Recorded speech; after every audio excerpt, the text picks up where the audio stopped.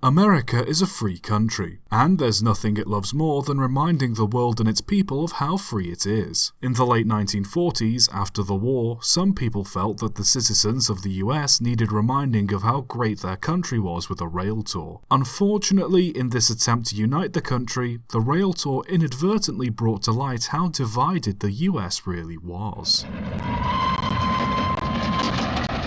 After the Second World War was over and America had finished wiping the mud off its boots from stomping all over Europe and releasing the unmatched power of the sun on Japan, twice, attention was turned inwards at itself. In 1946, Attorney General Tom C. Clark believed that the American people had begun to take the principles of liberty for granted, likely believing people didn't understand how lucky they were to live in a free country and not a dictatorship like the USSR or the formerly fascist Italy and Germany. To help the good people of America understand how lucky they were to be American, he proposed the idea of the Freedom Train. The Freedom Train was described as a campaign to sell America to Americans, being made up of several carriages that were converted into mobile exhibitions containing several historically significant American documents, and exhibits depicting the ideal good citizen. In 1947, the American Heritage Foundation was founded and a board of trustees was put together to organize the train. Notably, the board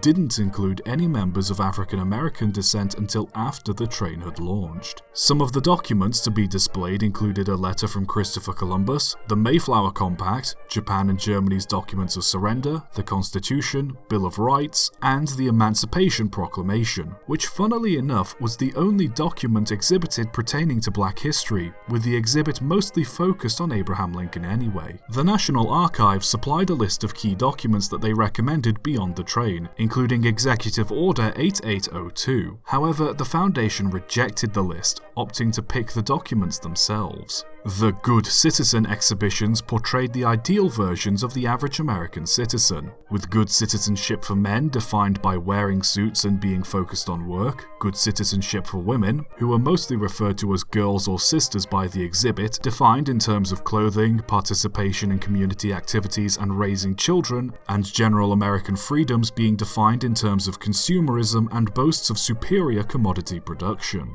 The Foundation curiously decided to exclude collective bargaining from the list of citizens' rights. With it essentially being a train full of American propaganda, planners did their best to downplay comparisons to Nazi propaganda and any direct calls for foreign intervention. They instead tried to focus on crafting a shared ideology for Americans, with Clark writing, "Indoctrination in democracy is the essential catalytic agent needed to blend our various groups into one American family. Without it, we could not sustain the continuity of our way of life. In its largest sense, preaching Americanism is an affirmative declaration of our faith in ourselves." The train was to be pulled by an ALCO-PA diesel-electric locomotive, starting in Philadelphia on the 17th of September 1947. From there, it toured all 48 states until 1949, stopping at over 300 cities where people could view the mobile exhibitions. The train would often be the focus of most local press coverage, and nearby vendors that applied for licenses would sell Freedom Train gear and paraphernalia, such as books and postcards. Top Marines were selected to protect the documents and usher people through exhibits, giving people an average of 3 seconds to look at the displays before moving them along to make way for the next lot of people. With the press mostly giving positive coverage of the event as the train made its stops, it'd be fair to say the Freedom Train did a good job at delivering its message of liberty and its ideal American citizen. However, the feelings of liberty weren't reciprocated by all, as commentary on the relative freedoms of the African American population quickly came to light. It was decided shortly before departure that there would be no segregation aboard the train while it was on display. However, some states didn't take too kindly to the idea, with the mayor of Memphis, Tennessee announcing separate visiting hours for blacks and whites, saying that it was necessary to avert, quote, race trouble that would come from interracial jostling and pushing.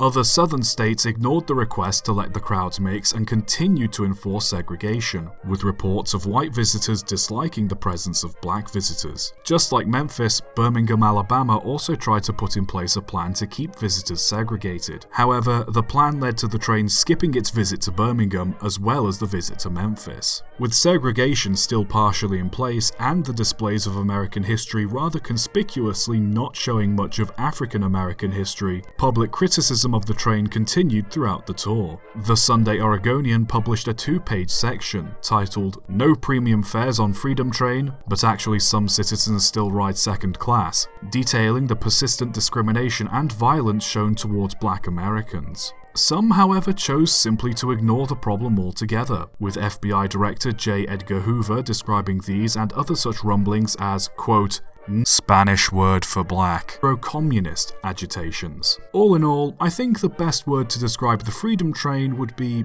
ironic. The idea behind the tour was to present the liberties of America and the freedoms of its people. However, it inadvertently ended up showing how unfree its population was and expected to be. From the good citizen displays basically telling people what they should aspire to be instead of, letting them be free to make their own choices, to the fact that the displays on the country's history ignored the entire history of a significant amount of its population and their rights. And it wasn't just African Americans getting shafted, but the fact that collective bargaining, one of the most important rights a worker can have when it comes to regulating wages and working conditions, was also left out as it wasn't considered important enough to be listed as a right, also paints a bad picture for how the working class were expected to live. Let us look back then on the Freedom Train as a time capsule. A little timestamp of the views and beliefs publicly held and encouraged at the time. Sure, it was a bit sexist and a bit more racist, but I suppose that's just how the world was back then. At least going forward, we can confidently say that displays like the Freedom Train are a thing of the past. It's not like America would ever downplay black history, workers' rights, and define people's lives for them nowadays,